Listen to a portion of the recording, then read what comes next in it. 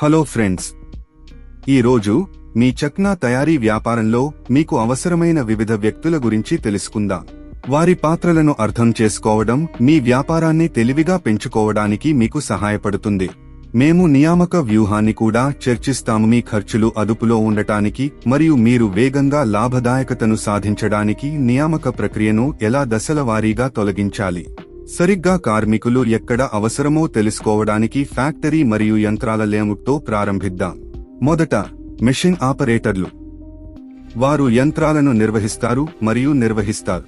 రెండవది, ప్యాకేజింగ్ మరియు సిబ్బంది. వారు ప్యాకేజింగ్, లేబులింగ్ను నిర్వహిస్తారు మరియు రవాణా కోసం ఉత్పత్తులను సిద్ధం చేస్తారు. మూడవ, క్లీనర్ మెయింటెనెన్స్ వర్కర్.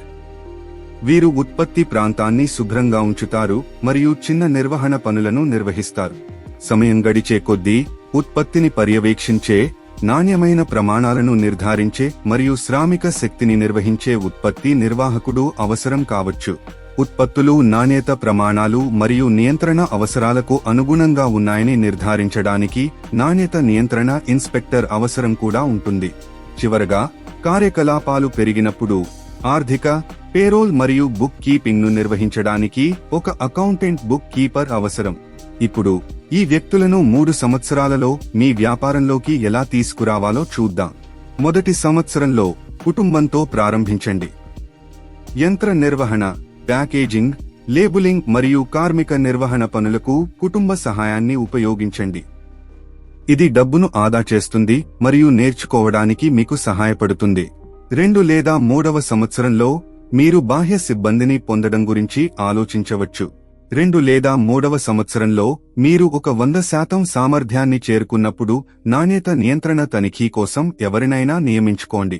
3వ సంవత్సరంలో విస్తరించండి మరియు ప్రత్యేకత సాధించండి. మీ వ్యాపారం పెద్దది అయినప్పుడు ఎక్కువ మంది మెషిన్ ఆపరేటర్లను మరియు ఎక్కువ మంది ప్యాకేజింగ్ మరియు లేబులింగ్ సిబ్బందిని నియమించుకోండి. ప్రొడక్షన్ మేనేజర్ మరియు అకౌంటెంట్ బుక్ కీపర్ ను కూడా నియమించుకోండి. ప్రతి పాత్రను అర్థం చేసుకోవడం ద్వారా మరియు నెమ్మదిగా వ్యక్తులను జోడించడం ద్వారా మీరు మీ వ్యాపారాన్ని తెలివిగా మరియు విజయవంతంగా పెంచుకోవచ్చు. ఈ వీడియో చూసినందుకు ధన్యవాదాలు. లైక్ చేయండి, షేర్ చేయండి మరియు వ్యాపార్ కోచ్ ఛానల్ కు సబ్స్క్రైబ్ చేయండి. మీ వ్యాపార ప్రయాణానికి ఆల్ ది బెస్ట్.